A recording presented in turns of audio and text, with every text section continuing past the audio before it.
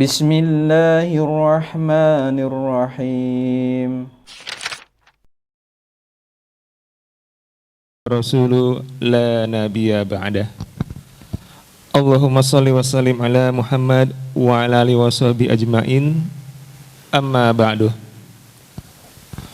Bapak dan Ibu jamaah Masjid Siti Halimah yang dirahmati Allah, pertama-tama mari sama-sama senantiasa kita memanjatkan puji serta syukur kita kehadirat Allah Subhanahu wa Ta'ala yang alhamdulillah atas berkat rahmat dan karunia-Nya kita masih diberikan kesehatan, masih diberikan berbagai nikmat, dan masih diringankan langkah kita untuk menuju Masjid Siti Halimah guna menjalankan kewajiban kita, yaitu sholat subuh secara berjamaah. Dan insya Allah sesuai dengan yang rutin sudah diagendakan bahwa di setiap hari Sabtu pekan pertama kita akan sama-sama mengikuti kajian ya yang diselenggarakan setiap ba'da subuh untuk pekan pertama dengan tema tafsir bersama dengan Ustadz Dr. Ahmad Badruddin Asli LCMA. Salawat dan salam semoga senantiasa tercurahkan kepada junjungan kita Nabi Muhammad sallallahu alaihi wasallam beserta para sahabat, kerabat dan keluarganya yang senantiasa terus menjalankan syariat Islam hingga yaumil akhir nanti. Baik, Bapak Ibu jamaah yang dirahmati Allah, sebelum kita memulai kajian pada kesempatan kali ini, mari sama-sama kita awali dengan membaca lafaz basmalah. Bismillahirrahmanirrahim. Dan untuk tema kali ini tafsir surat Al-Kafirun. Assalamualaikum warahmatullahi wabarakatuh. Alhamdulillah wassalatu wassalamu ala rasulillah amma ba'du. Al-Mukarramun jamaah masjid. Udah masjid kan ya? Alhamdulillah ya. Siti Halimah, Bapak Ibu semua yang mudah-mudahan pagi ini kita semua senantiasa dirahmati dan disayangi Allah Subhanahu wa taala. Pagi ini kita akan mencoba memahami firman Allah, surah Al-Kafirun, surah yang populer yang sering kita baca. Sebelumnya mari kita baca terlebih dahulu, semoga Allah membuka hati kita untuk dapat memahami surah ini dengan baik. A'udzu billahi minasy syaithanir rajim.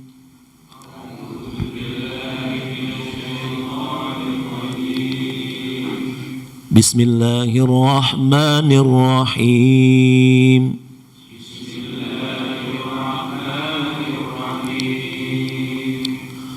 Qul ya ayyuhal kafirun.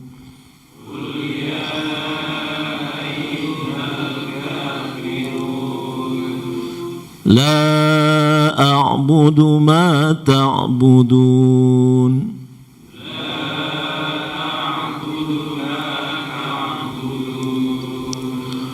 Wala antum 'abiduna ma a'bud.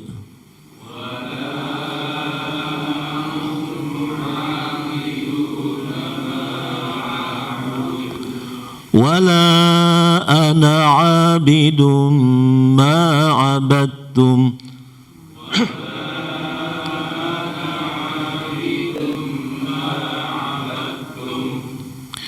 Wala antum 'abiduna ma a'bud.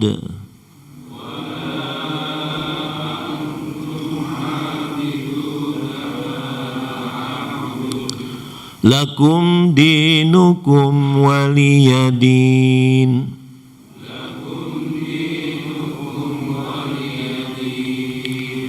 Ya, di sini ada dua kata yang terulang ya, wala antum abiduna ma'bud. Itu ayat ketiga ya. Ayat kelimanya juga sama, wala antum abiduna ma'bud. Jadi jangan keder ya. Ya, banyak yang keder surat Al-Kafirun ya. Jadi agar tidak salah itu dua-dua menghafalnya. Qul ya ayyuhal kafirun la a'budu ma ta'budun ya. Kedua ayat. Tarik napas. Nanti kalau udah hafal dua ayat pertama ini, Ayat ketiga baru wala antum abiduna ma a'bud wala ana abidum ma abattum. Ini ya, wala antum abiduna ma a'bud wala ana abidum ma abattum. Ini dua ayat berikutnya. Jadi dua ayat tersisa wala antum lagi ya. Wala antum abiduna ma a'bud, terus diakhiri lakum dinukum waliyadin. Jangan sampai keder ya, ada imam tarawih keder. Wala antum abiduna ma a'bud wala ana abidum ma abattum wala antum abiduna ma a'bud wala ana abidum ma abattum wala antum abiduna ma a'bud wala ana abidum ma abattum. Ya. Akhirnya kata makmumnya di belakang dilakumkan saja gitu ya. Maksudnya lakum dinukum waliyadin. Jangan sampai nggak ketemu ya, lakum dinukum waliyadin ya. Jadi ini dimudahkan oleh Allah. Jadi cuma 5 sebenarnya ayatnya ya. Bagi penghafal Quran surat Al-Kafirun itu cuma 5 ya ayatnya. Karena wala antum terulang 2 kali ya. Wala ini bonus dari Allah ya. Wala antum abiduna ma'bud. Jadi ngapalnya 2 ya, biar 2 ayat biar tidak lupa atau tidak keder. Bismillahirrahmanirrahim. Suratul Kafirun, hadhihi suratul Kafirun. Asalnya begitu. Ini namanya surah Al-Kafirun. Tabaan suratul Al-Kafirun itu Makkiyah, diturunkan di Makkah. Jumlah ayatnya situ ayat ada 6 ayat. Bismillah dengan nama Allah, Ar-Rahman yang maha pemurah, Ar-Rahim maha penyayang.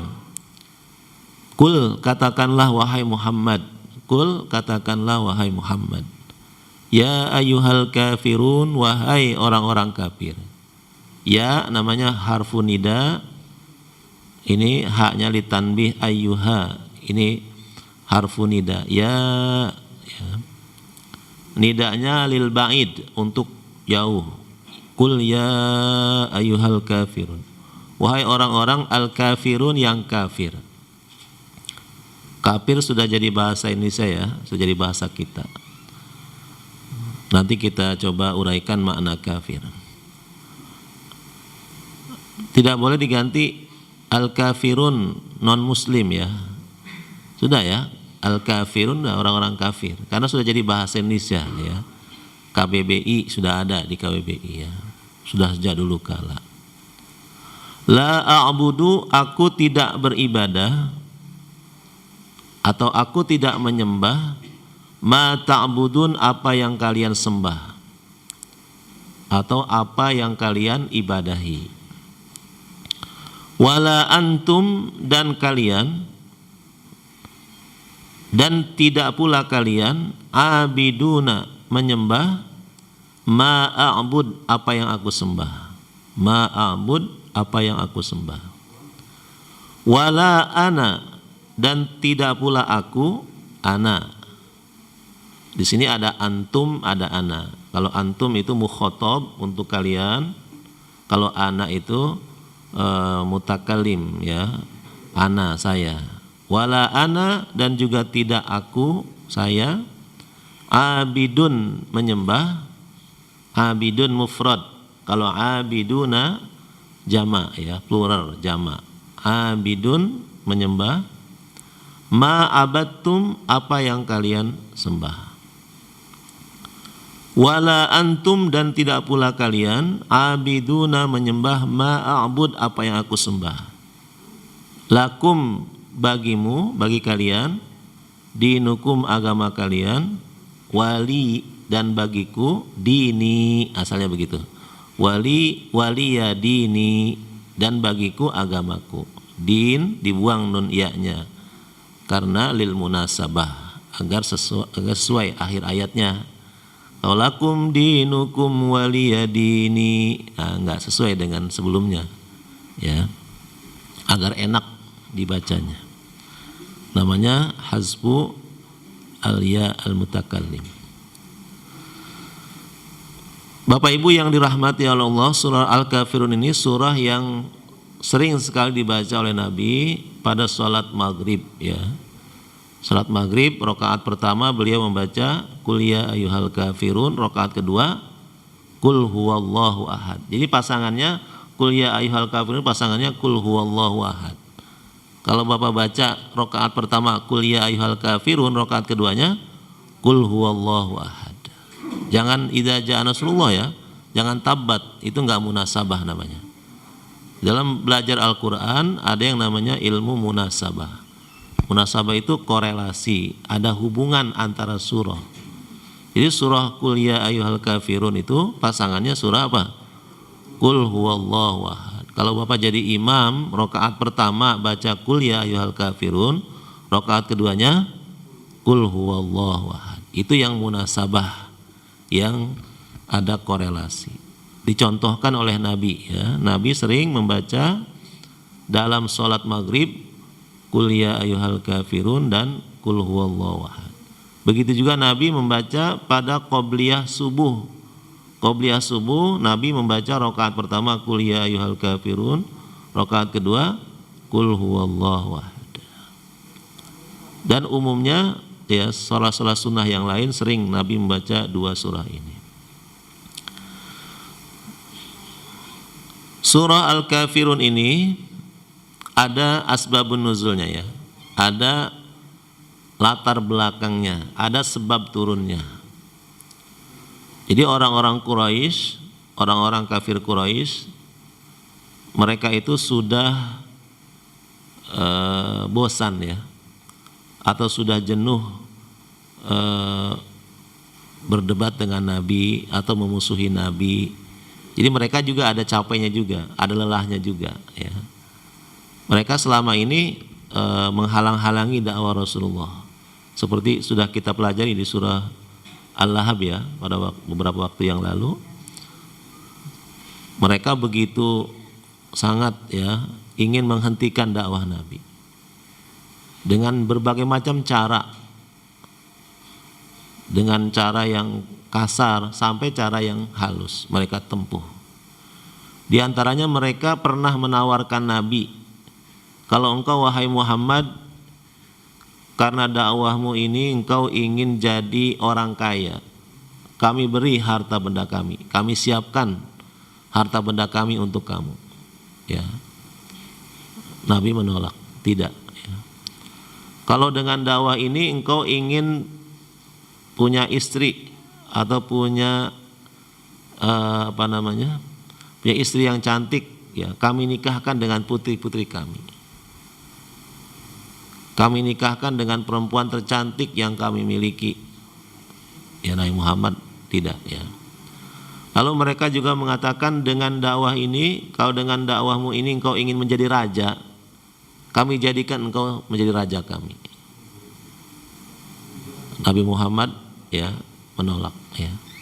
Jadi mereka menawarkan harta, menawarkan wanita, menawarkan jabatan, asal Nabi apa?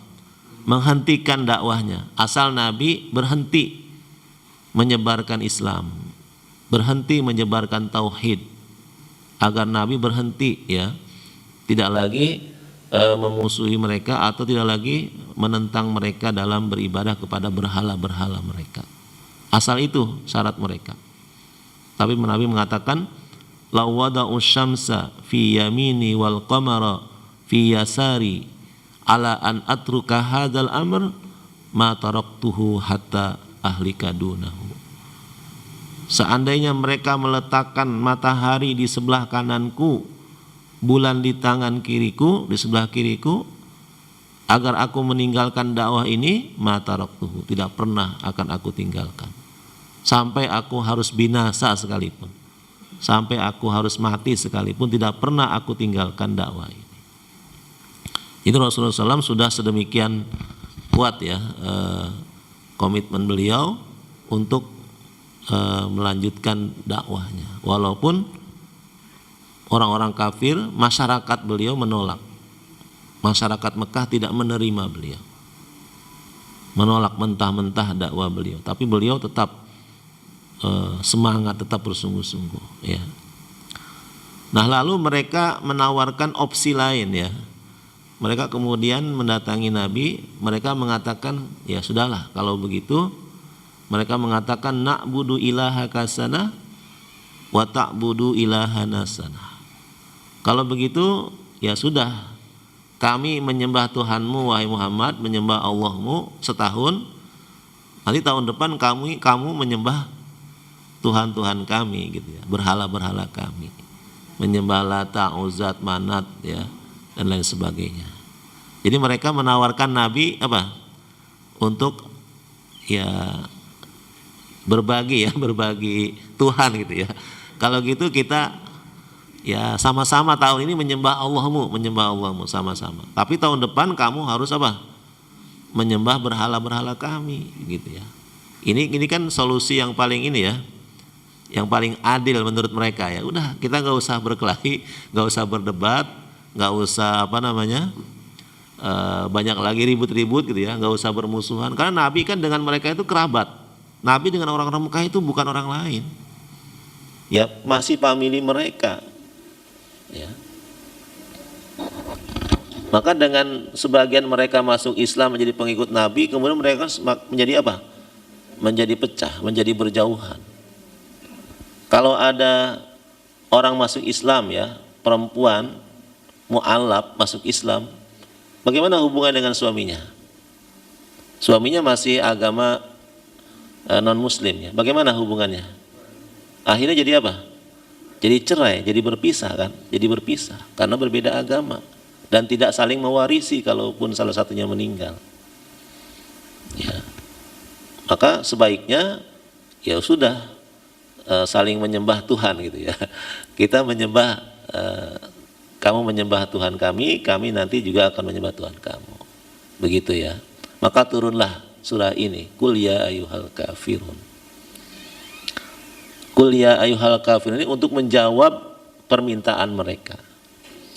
Tapi Rasulullah tidak langsung menyampaikan ketika surah ini turun, tidak ada langsung menyampaikan kepada mereka Qul ya ayyuhal kafirun. Tapi Nabi mengadakan sayembara, meminta kepada sahabat-sahabatnya, siapa di antara kalian yang berani menyampaikan surah ini kepada orang-orang kafir, membacakan surah Al-Kafirun ini kepada orang-orang kafir. Siapa? Nabi menguji mental para sahabatnya ya. Tidak ada sahabat yang angkat tangan, tidak ada. Tidak ada yang berani menyampaikan surah Al-Kafirun ini. Hanya seorang sahabat yang bernama Abdullah bin Mas'ud yang berani angkat tangan. Saya ya Rasulullah yang akan membacakan surah Al-Kafirun. Padahal Abdullah bin Mas'ud ini ya mohon maaf ya, orangnya sangat kecil gitu ya, kecil beliau itu. Jadi kalau Umar bin Khattab duduk, Abdullah bin Mas'ud berdiri, itu tingginya sama ya, tingginya sama. Jadi Umar bin Khattab duduk ya begini ya, sila. Abdullah bin Mas'ud ini berdiri sama tingginya. Tapi beliaulah yang berani. Saya Rasulullah yang akan membacakan surah ini. Maka tampillah beliau ya, mendatangi orang-orang kafir Quraisy itu, membacakan Qul ya ayyuhal kafirun dengan begitu lantang. Qul ya ayyuhal kafirun la a'budu ma ta'budun wa la antum 'abiduna ma a'bud, dan seterusnya. Beliau kemudian dijewer ya, dijewer dan dikeret itunya apanya? Kupingnya ya, sama orang-orang kafir Quraisy itu. Jadi surah Al-Kafirun ini jawaban yang begitu tegas yang disampaikan Allah ya kepada Rasulullah untuk diteruskan kepada orang-orang kafir. Qul ya ayyuhal kafirun, wahai orang-orang kafir, katakanlah wahai Muhammad, ya ayyuhal kafirun, wahai orang-orang kafir. Jadi kafir itu bentuk jama dari kafir ya. Kafirun itu kafir mufradnya ya. Kafir itu mufrad dari kafirun. Ini sudah menjadi bahasa Indonesia. Asal kata kafir itu dari kata kafaro. Kafaro itu artinya tertutup. Jadi kalau kita kafarot, bayar kafarot itu apa artinya kafarot? Untuk menutup sumpah kita, menutup janji yang kita langgar, kita bayar kafarat. Ya, kafarat untuk menutup.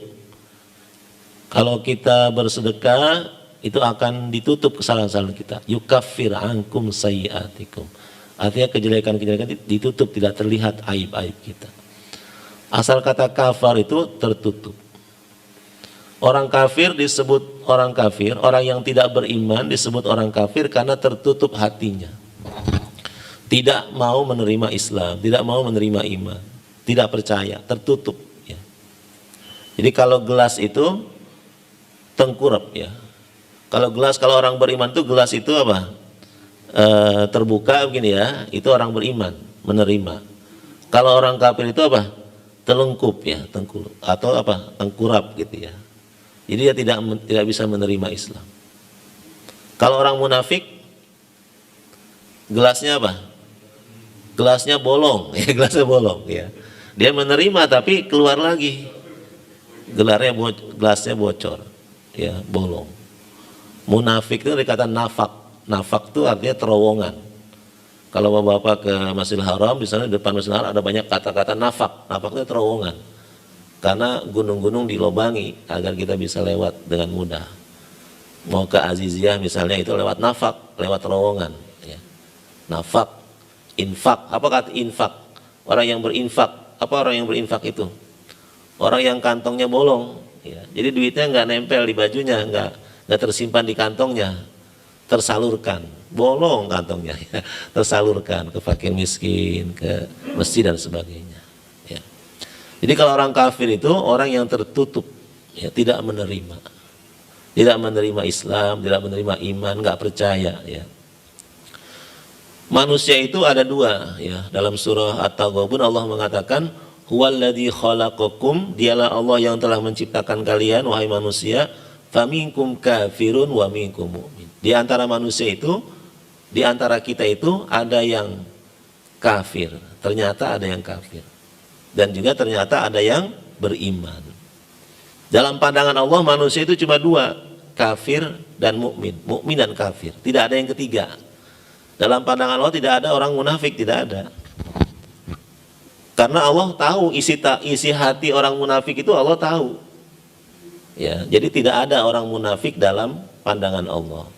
Dalam pandangan Allah itu hanya ada dua, manusia beriman dan manusia yang kafir. Ya. Jadi orang yang tidak beriman tidak boleh marah kalau disebut apa? Kafir, tidak boleh marah. Ya. Kafir ya. Jadi kita di Indonesia ya, orang nggak beriman itu marah kalau disebut kafir. Kafir loh gitu ya. Dasar kafir, marah dia gitu ya. Karena kafir itu dalam tradisi kita itu konotasinya jelek ya, konotasinya jelek, artinya jelek. Padahal biasa saja. Orang kafir itu kan orang yang nggak beriman. Ya kalau mereka ya tidak beragama Islam disebut kafir ya itu wajar. Itu istilah dari Allah ya. Tidak bisa kita rubah ya, tidak bisa kita rubah. Kan ada ya orang-orang non Muslim ya yang nggak suka dengan Al-Quran gitu ya.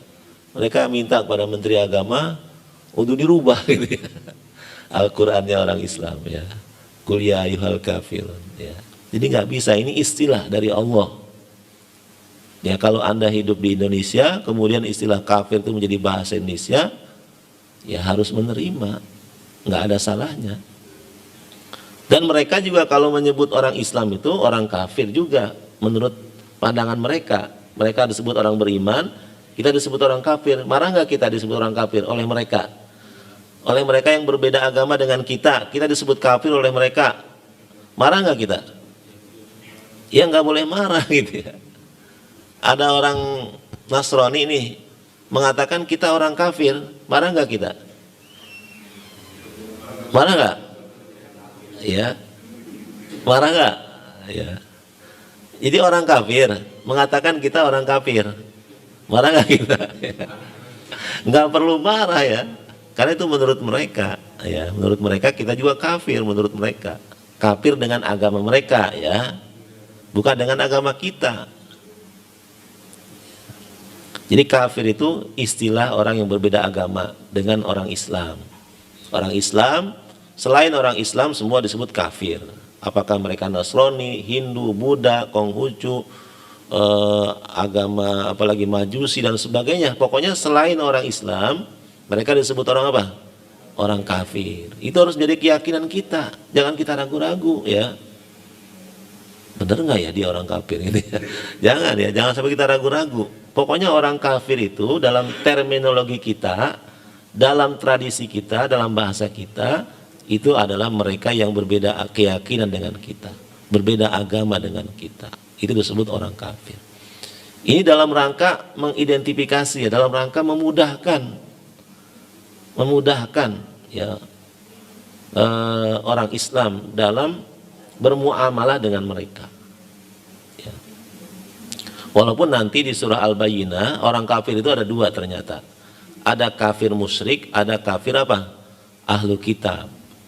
Kalau kafir musyrik itu seperti orang penyembah berhala ya, Hindu, Buddha itu kafir musyrik. Tapi kalau kafir ahli kitab itu seperti apa? Orang Nasrani dan Yahudi. Kalau kafir ahlu kitab, kita boleh memakan sembelihan mereka. Boleh memakan potongan hewan mereka, boleh. Boleh menikahi gadis-gadis mereka. Orang Islam menikah dengan orang Nasrani, orang Yahudi, itu boleh. Ya, menurut surat Al-Maidah ayat keempat ya, atau kelima, nanti ketemu ya. Ada perbedaan, ada perlakuan khusus terhadap ahlu kitab. Walaupun yang dimaksud ahlu kitab adalah orang Nasrani dan Yahudi asli, bukan orang yang tanassor, bukan orang yang menjadi Nasrani belakangan, tapi orang Nasrani yang asli.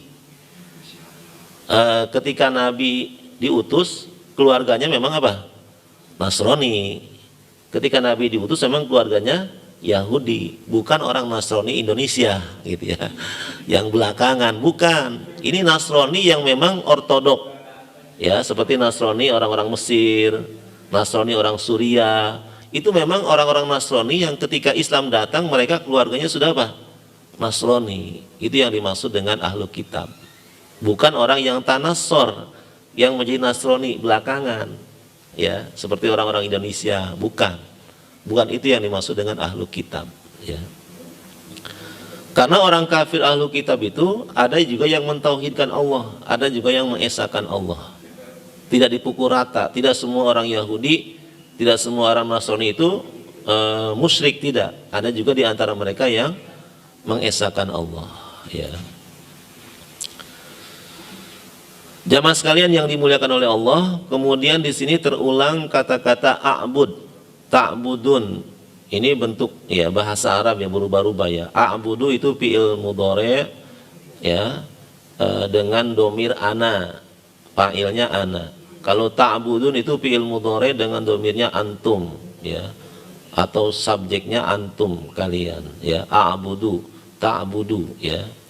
Kalau abidun itu isim fa'il, abidun isim fa'il ya. Menyembah, abidun, abiduna yang menyembah, yang beribadah. Kalau abadtum itu fi'il madi yang sudah berlalu ya, abadtum. Jadi ibadah itu adalah bentuk pengabdian kita kepada Allah, kepada Tuhan. Itu disebut ibadah. Ibnu Taimiyah mengatakan ibadah itu adalah ismun jami' lima yuhibbuhu wa yardah. Kata yang mengumpulkan apa saja yang Allah sukai dari kita, yang Allah ridhoi dari kita, itu disebut ibadah ya. Jadi ibadah itu bentuk pengabdian, mengabdi ya, mengabdi. Seorang hamba disebut abid ya, seorang yang mengabdi disebut abid ya, yang mendedikasikan seluruh hidupnya kepada Allah, itu disebut abid ya.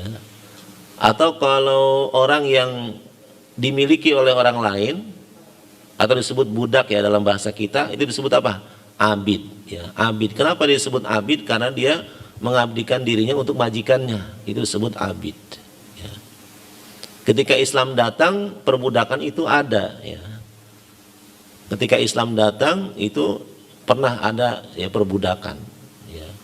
Dan Islam kemudian menghapus perbudakan itu perlahan-lahan, secara perlahan-lahan ya. Jadi abid ya, abid, atau dalam bahasa lain juga abdun. Abdun itu hamba ya, dalam bahasa kitanya hamba. Hamba itu seorang yang mengabdi, seorang yang mengabdi, seorang yang seluruh hidupnya diserahkan kepada majikannya atau kepada tuannya, ya, abd atau abd ya. Kalau Abdullah, apa artinya Abdullah? Abdullah itu artinya hamba Allah, orang yang mendedikasikan seluruh hidupnya yang mengabdi kepada Allah, itu disebut Abdullah. Abdullah ini menjadi gelar tertinggi Nabi ya. Ini Nabi Muhammad SAW itu mendapatkan gelar tertinggi dengan sebutan Abdullah. Dalam banyak ayat Allah mengatakan subhanalladzi asra bi abdihi lailan dan seterusnya. Alhamdulillah alladzi anzala ala abdihi. Abdihi ya, kata-kata abdihi ini menjadi Abdullah itu adalah gelar kehormatan yang diterima Nabi, gelar tertinggi. Artinya apa? Artinya Rasulullah SAW ya sudah diakui oleh Allah sebagai hambanya, ya sebagai hambanya, sebagai orang yang ya menyerahkan seluruh hidupnya, seluruh aktivitas hidupnya untuk menggapai, untuk mendapat keridhaan dari Allah Subhanahu Wa Taala. Sampai saking beliau ya getolnya beribadah kepada Allah, sampai apa? Sampai sholat malam beliau itu membuat apa? Membuat kaki beliau itu bengkak ya. Kaki beliau itu bengkak. Karena apa? Karena lama berdiri, karena lama sujud, sampai kakinya bengkak ya. Kaki kita juga suka bengkak ya. Ya, cuma karena yang lain ya, bukan karena ibadah ya. Asam urat ya. Jadi Nabi itu sampai bengkak kakinya karena begitu rajinnya beliau beribadah kepada Allah, mendedikasikan semua hidupnya. Dan tujuan hidup kita itu sesungguhnya untuk apa? Untuk beribadah, untuk mengabdi kepada Allah. Ya, wa ma khalaqtul jinna wal insa illa liya'budun. Ya, kita ini diciptakan oleh Allah untuk mengabdi, untuk beribadah kepada Allah, tidak untuk yang lain. Bukan untuk jalan-jalan, bukan untuk bermain-main, bukan, tapi untuk beribadah kepada Allah. Nabi Yahya itu waktu anak-anak ya, dalam surat Maryam ya, dalam surat Maryam ada kisah Nabi Yahya. Nabi Yahya itu waktu kecil diajak main sama temennya, ya waktu masih bocah gitu ya, diajak main sama temennya. Nabi Yahya mengatakan ma khuliqna lil'ab, kita tidak diciptakan oleh Allah untuk main gitu ya. Nabi Yahya itu sudah begitu ya, waktu masih bocah dia sudah apa? Sudah ya main aja nggak mau ya. Kita diciptakan oleh Allah untuk apa? Untuk beribadah, bukan untuk main gitu ya. Subhanallah ya. Maka Nabi Yahya itu kan mendapat hikmah sejak masih kecil ya. Wa atainahul hukma sabiyya ya. Ya. Kita kebanyakan ibadah, kebanyakan main, Pak ya. Ya, kita kebanyakan main kita ya. Ibadah kita sedikit ya. Seluruh ya hidup kita itu sebenarnya adalah untuk ibadah kepada Allah. Ya. Full ya, full.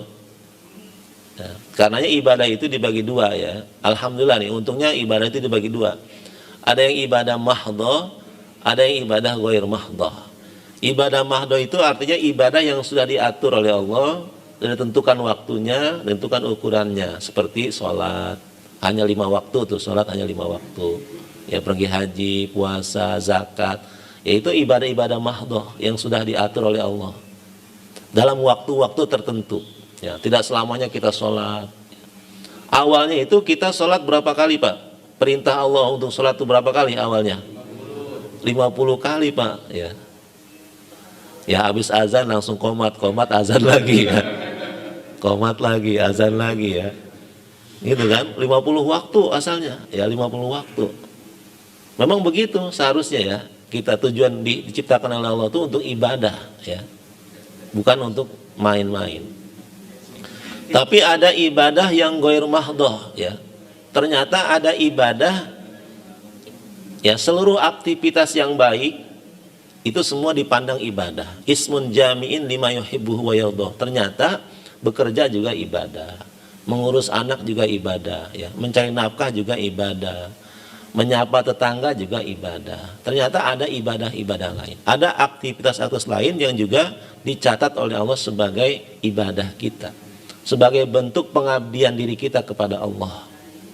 Sampai kata Nabi, sampai apa yang kita titipkan ya di rahim istri kita itu juga ada apa? Ibadah ya. Sampai sperma kita juga itu apa? Ibadah ya. Sodakoh itu sodakoh ya, dianggap sodakoh. Sampai sahabat itu heran, kok bisa sih ya kita berhubungan dengan istri dianggap ibadah, kok bisa sih dapat pahala gitu ya? Kok bisa sih dapat pahala? Ya. Lalu apa kata Nabi? Ara'aita law wada'taha fi haramin alaisa laka wizrun. Bagaimana kalau spermamu itu kamu letakkan di yang haram? Kamu dapat dosa nggak? Dapat dosa nggak? Dapat dosa ya. Kalau diletakkan, disemprotkan kepada yang haram dapat dosa. Bagaimana kalau diletakkan kepada yang halal? Dapat apa? Dapat pahala ya. Makanya sering-sering beribadah ya. Sunnahnya malam apa? Sunnahnya malam Jumat. Kalau malam Sabtu wajib ya. Malam Ahad itu wajib ya. Makanya nih bapak-bapak ya, kalau azan subuh jangan buru-buru qomat ya. Ini kadang-kadang di tempat saya ya, masjid dekat rumah saya itu, mentang-mentang aki-aki ya, habis azan subuh nggak lama langsung qomat ya. Nggak tahu kita yang muda ya, kita kan mandi dulu apa dulu gitu ya. Ini langsung qomat aja gitu ya. Kasih ya waktu jeda ya. Di sini alhamdulillah ya qomatnya agak lama ya. Di sini ada jeda antara azan dan qomat, itu ada jedanya. Biar ngasih apa? Ngasih kesempatan yang mudah-mudahan untuk apa? Untuk mandi dulu ya, mandi dulu. Agar keburu berjamaah gitu ya. Jangan mentang-mentang aki-aki. Ya benar ya, jangan-jangan aki-aki lebih ini lagi ibadahnya. Jadi itu ibadah juga ya. Alhamdulillah ternyata berhubungan dengan istri pun dianggap apa? Ibadah. Ini indahnya Islam ya, indahnya Islam. Ternyata ibadah itu tidak melulu duduk di masjid, sholat berjamaah, tidak hanya itu. Seluruh aktivitas kita yang diridhoi oleh Allah termasuk itu ibadah. Sampai kita keluar rumah mencari nafkah ya, berkeringat, itu dipandang ibadah. Makanya ya kalau kita pergi kerja di tempat kerja itu jangan sampai dirusak ya. Kita sedang bekerja ini sedang ibadah, jangan dirusak. Jangan dirusak dengan pergaulan bebas ya. Jangan dirusak dengan apa? Ya korupsi dan lain sebagainya ya. Atau jangan dirusak kalau kita naik kereta ya, godain janda dan sebagainya gitu ya. Jangan ya. Kita lagi kerja, ini lagi ibadah ya. Lagi ibadah ya. Ada orang yang amilatun nasibah ya, dalam tadi ya ayatnya dibaca oleh imam. Ada orang yang amilatun nasibah, bekerja keras tapi nggak dapat pahala, nggak dapat apa-apa. Bekerja tapi nggak dapat apa-apa karena dia amilatun nasibah, karena kerjanya dirusak ya oleh hal-hal yang tidak benar. Jadi ibadah itu bentuk pengabdian diri kita kepada Allah. Ibadah itu harus ditasarufkan semuanya kepada Allah, harus ditujukan kepada Allah, nggak boleh kepada yang lain. Maka ikrar kita setiap sholat, kul inna sholati wa nusuki wa mahyaya wa mamati lillahi rabbil alamin. Harus lillahi rabbil alamin. Ya, hidupku, matiku, ibadahku semua itu lillah, untuk Allah. Nggak boleh untuk yang lain. Ya, nggak boleh. Sampai menyembelih hewan pun nggak boleh kita untuk yang lain. Harus bismillah, harus dengan nama Allah. Nggak boleh bisminya Rokidul, nggak boleh ya. Dengan nama Yesus, namanya aturan Rokidul nggak boleh. Menyembelih hewan, sampai menyembelih hewan pun harus apa? Bismillah, harus dengan nama Allah. Ini ibadah. Menyembelih itu ibadah. Ya. Harus ditasarufkan, harus diarahkan, ditujukan hanya kepada Allah, tidak boleh kepada yang lain. Ya. Sesajen tahu sesajen? Ya. Boleh nggak sesajen itu, Pak? Boleh nggak sesajen? Ya. Kalau untuk selain Allah boleh nggak? Nggak boleh. Ya. Tapi kalau untuk manusia, ya boleh, ya boleh. Jadi sesajen itu hukumnya apa?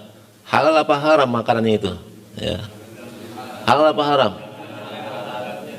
Ya. Kalau ininya ya, kalau getuknya ya, tahu getuk? ya, lontongnya, buahannya itu halal.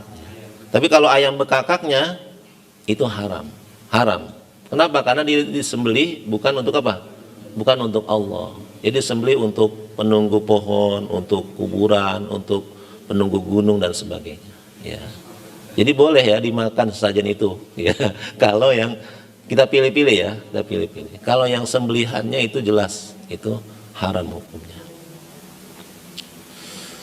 Jamaah sekalian yang dimuliakan oleh Allah, ini surah Al-Kafirun ini surah yang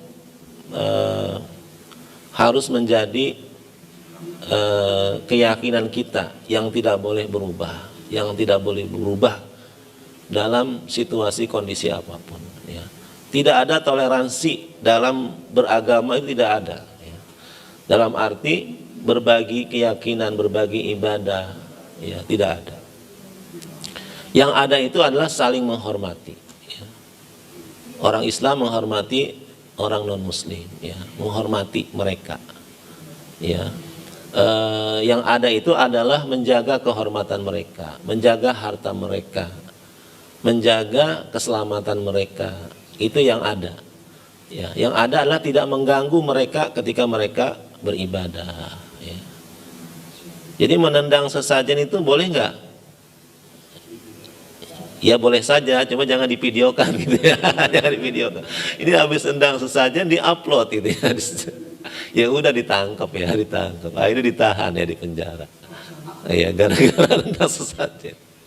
Itu bentuk kemungkaran ya sebenarnya. Nabi saja itu menghancurkan berhala. Ya Nabi itu menghancurkan berhala. Uzza, Lata semua dihancurkan ya. Karena itu bentuk kemungkaran yang paling besar. Ya di saat kaum muslimin berkuasa, di saat kaum muslimin dalam jumlah yang mayoritas, ya harusnya ya yang minoritas itu ya mengikuti. Ya seharusnya. Tapi kemudian juga orang-orang Islam itu menghargai, menghormati mereka. Ketika Nabi datang ke Madinah, Nabi mengakui keberadaan orang Yahudi, mengakui keberadaan orang Nasrani. Mereka dibiarkan. Diberikan perjanjian-perjanjian. Bahkan Nabi mengatakan man adza zimmiyan faqad adzani.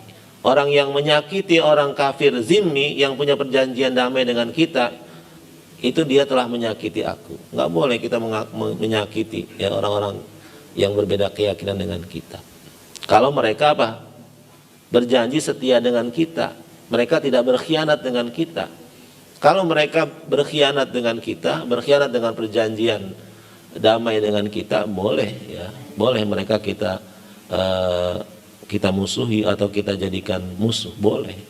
Ketika mereka memerangi kita, selama mereka punya perjanjian damai, hidup berdampingan baik dengan kita, tidak mengganggu kita, itu wajib kita menghormati mereka, wajib kita melindungi mereka. Ya. Kalau mereka kena musibah, berdosa kita kalau kita tidak menolong mereka.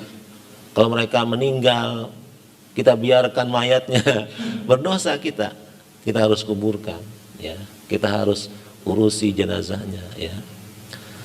Jadi ini posisi ya yang jelas dalam agama kita, tidak ada ya menyembah keyakinan agama yang lain. Qul ya ayyuhal kafirun, sampaikan kepada orang-orang kafir. Ini juga berarti Al-Quran harus didakwahkan. Al-Quran juga harus dibaca oleh orang-orang kafir. Ya. Alhamdulillah kalau mereka mau baca Al-Quran, sehingga mereka paham keyakinan kita, paham agama kita. Ketika itu kemudian mereka menghormati kita. Jadi orang-orang kafir membaca Al-Quran itu tidak melulu mereka ingin masuk Islam atau ingin mendapatkan hidayah, tapi terkadang juga agar mereka tahu, mengenal kita, mengenal siapa orang Islam itu. Qul ya ayyuhal kafirun. Ini kalimat yang jelas ya, yang harus kita sampaikan kepada orang-orang yang berbeda keyakinan dengan kita. Apa yang harus kita sampaikan kepada mereka? La a'budu ma ta'budun. Aku tidak akan menyembah apa yang kalian sembah. Wala antum, dan kalian pun tidak perlu menyembah apa yang kami sembah. Tidak perlu. Ya, tidak perlu ya. Kamu ke masjid, tidak perlu kamu ke musola kami, tidak perlu kami juga ke gereja, tidak perlu. Ya, la a'budu ma ta'budun. Wala antum abiduna ma, wala ana abid, diulang ini ditaukid untuk memperkuat ya, wala ana abidun ma, selamanya Aku tidak akan pernah menyembah Tuhan-Tuhan yang kalian sembah. Wala ana abidun ma'abattum. Ya. Wala antum abiduna ma'abud. Kemudian ditutup surah ini dengan ya ungkapan terakhir, lakum dinukum waliyadin. Bagimu agamamu dan bagiku agamaku. Silahkan saja. Ya, amalkan agamamu. Silahkan. Tidak ada paksaan dalam meluk Islam, tidak ada. Kami tidak memaksa kalian untuk masuk Islam, maka kalian pun tidak boleh memaksa kami untuk sama keyakinan dengan kalian. Ya, lakum dinukum waliyadin. Ini harus terpatri ya, harus menjadi keyakinan kita yang tidak boleh tergoyahkan dengan prinsip apapun, dengan gangguan apapun, tidak boleh. Ya. Jadi yang namanya toleransi itu tidak berarti kita harus beribadah dengan agama mereka, dengan cara mereka. Ya. Bukan itu yang dimaksud dengan toleransi. Yang dimaksud dengan toleransi adalah kita menghormati mereka, menghargai mereka, tidak mencaci mereka, tidak boleh mencaci Tuhan mereka. Wala tasubbu, dalam Al-Quran jelas ayatnya. Tidak boleh kalian mencaci berhala-berhala mereka, enggak boleh. Nanti mereka mencaci Tuhan, mencaci Allah gitu ya. Kalau kita mencaci Tuhan mereka, nanti mereka mencaci Allah. Ya sudah, lakum dinukum waliyadin. Sekarang ini yang lagi rame ini masalah moderasi beragama ya. Moderasi beragama itu sebuah proyek ya pemerintah ya, agar umat Islam ini umat Islam ini tidak radikal, tidak radikal ya. Umat Islam ini tidak radikal. Dari dulu juga umat Islam radikal nggak umat Islam? Ya kagak. Justru yang jadi korban siapa? Umat Islam. Ya. Umat Islam ya, sudah kurang bagaimana coba? Ya. Ketika 7 kata dalam Pancasila, dalam UUD ya dihapus, umat Islam menerima 7 kata itu ya. Tidak ada radikal, umat Islam tidak ada. Ya. Umat Islam itu ya menjadi radikal kalau diganggu ya, kalau tidak ada keadilan, kalau tidak ada penegakan hukum yang adil, baru umat Islam bangkit ya. Umat Islam tidak boleh diam ya. Sekarang ini umat Islam mencoba ya, dicoba diredam ya gairah mereka, giroh mereka untuk menampilkan Islam yang ramah, Islam yang yang menerima apa adanya gitu ya. Intinya kalau gubernur non muslim ya memimpin Jakarta, memimpin Jawa Barat, itu umat Islam tidak boleh apa? Tidak boleh protes gitu ya. Kalau suatu saat RI 1 di tangan mereka, itu umat Islam ya nerima saja gitu. Ya itu ya. Tidak perlu apa? Tidak perlu ada 212, tidak perlu ya. Tidak perlu ada gerakan-gerakan itu ya. Kalau kemudian pelajaran agama dihapus dari sekolah-sekolah negeri, ya umat Islam ya biasa saja gitu ya, biasa saja. Pesantrenin aja anaknya kalau pengen belajar agama ya.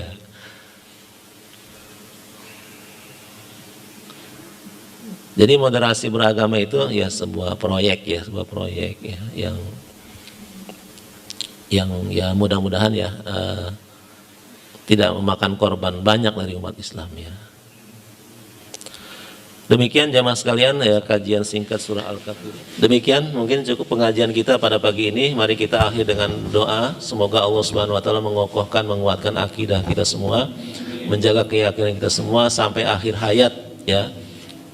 Kita wala tamutunna illa wa antum muslimun ya. Bismillahirrahmanirrahim. Alhamdulillahirabbil alamin. Allahumma shalli ala sayyidina Muhammad wa ala Muhammad. Allahumma inna nas'aluka imanan daima wa yaqinan shadiqa wa amalan mutaqabbala. Allahumma tsabbitna bil iman, tsabbitna bit tauhid, tsabbitna bil Islam. Allahumma inna nas'aluka al-huda wat tuqa wal afafa wal ghina. Rabbana atina fid dunya hasanah wa fil akhirati hasanah wa qina adzabannar. Alhamdulillahirabbil alamin. Kurang lebih dari saya mohon maaf. Wassalamualaikum warahmatullahi wabarakatuh. Baik, alhamdulillah Bapak Ibu jamaah yang dirahmati Allah, telah sama-sama kita mengikuti kajian pada Sabtu pekan ini dengan tema tafsir Al-Kafirun. Karenanya mari sama-sama kita akhiri dengan istighfar dan doa kafaratul majelis. Astagfirullah Nabi. Subhanakallahumma bihamdika asyhadu an la ilaha illa anta astaghfiruka wa atubu ilaik. Wabillahi taufiq wal hidayah. Assalamualaikum warahmatullahi wabarakatuh.